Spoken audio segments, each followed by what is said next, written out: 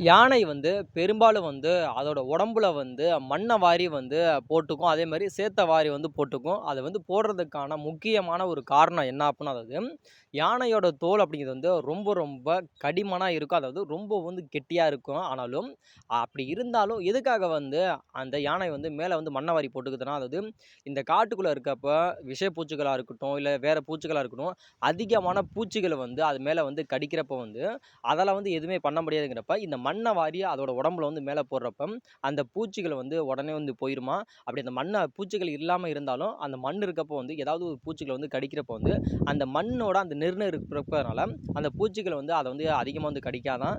அது இல்லாம இதுல இன்னொரு விஷயம் என்ன அப்டின்னா, அதாவது இந்த யானைகளுக்கு வந்து வியர்வை சுரப்பி அப்படிங்கிறது வந்து இல்லவே இல்ல. அதாவது அந்த தந்தத்துக்கு கீழ தான் வந்து அந்த வேர்வை சுரப்பி அப்படிங்கிறது மட்டும் தான் அங்கன தான் இருக்கும். மத்த எங்கேயுமே வந்து அந்த வேர்வை சுரப்பி இருக்காது அல்லவா?